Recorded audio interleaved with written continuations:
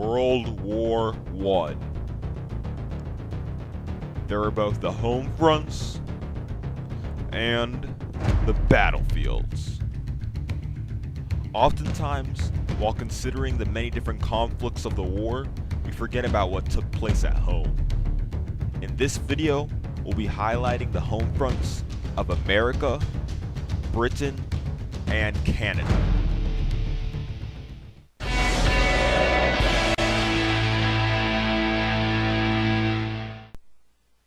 America.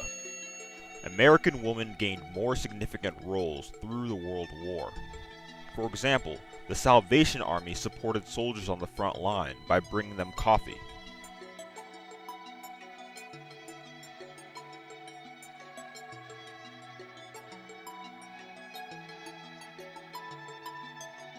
World War I also effectively led to women's suffrage.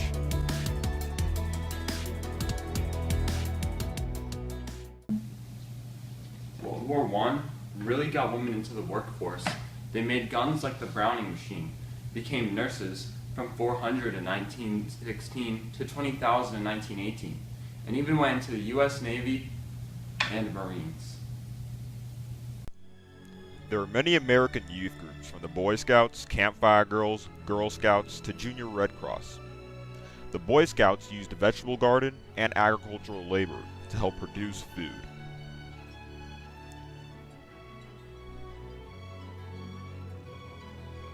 The Food Administration was headed by Herbert Hoover. They encouraged voluntary cooperation and included substitutes such as dogfish, sugarless candy, whale meat, and horse steak. The War Industry Board was at the head of war production. Many industries started ramping it up, like the Railroad Administration, the Shipping Board, and the Fuel Administration. The Railroad Administration was particularly instrumental in war production. The nation's railways were used for coordinating movements of goods, materials, and people. Anti-German propaganda started appearing, and laws such as the Espionage Act, which got even presidential candidate Eugene V. Debs arrested. Additionally, German and Austrian musicians were banned from playing in the public. Also, there were attacks on the people of America during the war, such as that of the Lusitania strike.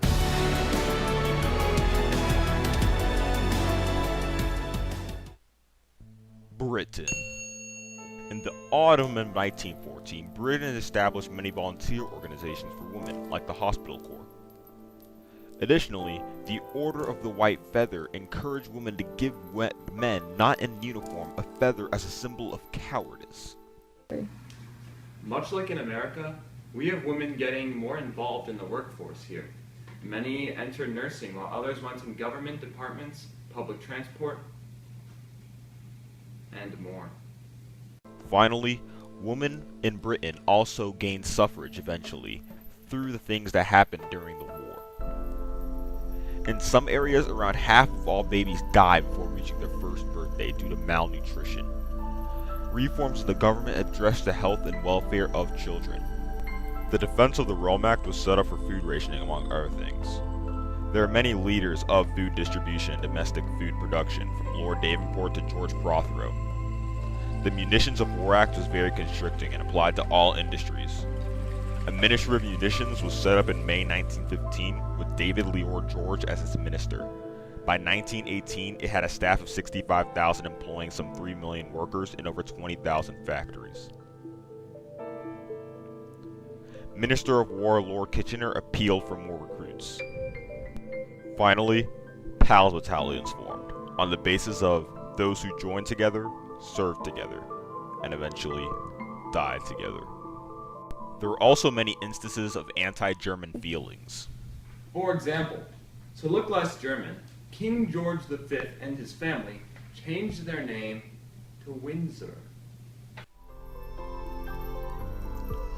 Germans used Zeppelins and aircraft to bomb industrial targets in Allied cities. Britain alone suffered 2,000 civilian deaths due to air attacks.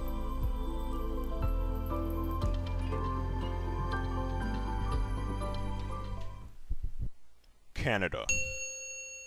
Women gained the right to vote in federal and most provincial elections. Women primarily worked on farms, in camps as chefs, on dairy or mixed farms, and in the farmhouse to feed those that were raising crops. Women were also involved in charitable organizations such as the Ottawa Women's Canadian Club. Children were to buy thrifty stamps. Meanwhile, boys aged 15 to 19 were supposed to be sent to Western Canada for farm labor. Boy Scouts and Girl Guides collected money for the Canadian Patriotic Fund and other social support agencies.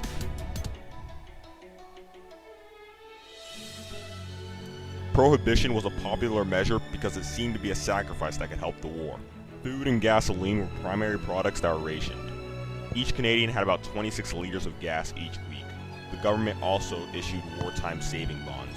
When the war broke out, many Canadian firms had already exported products to Europe.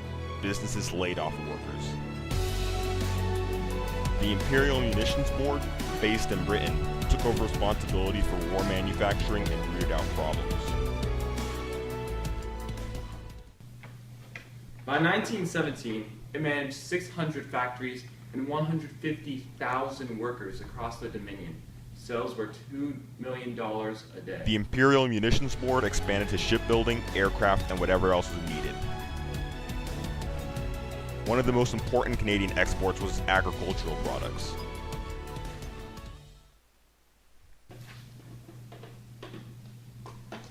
If Britain is at war, Canada is at war. A powerful quote that encapsulated its pro-war feelings that accompanied Canada's entrance into World War I. Even Berlin, Canada, was pressured to change its name to Kitchener. The War Measures Act allowed the government to imprison Canadian citizens of German, Ukrainian, and Slavic descent. Finally, Canada immediately offered to provide a contingent of 25,000 men. These men were also known as the Canadian Expeditionary Force.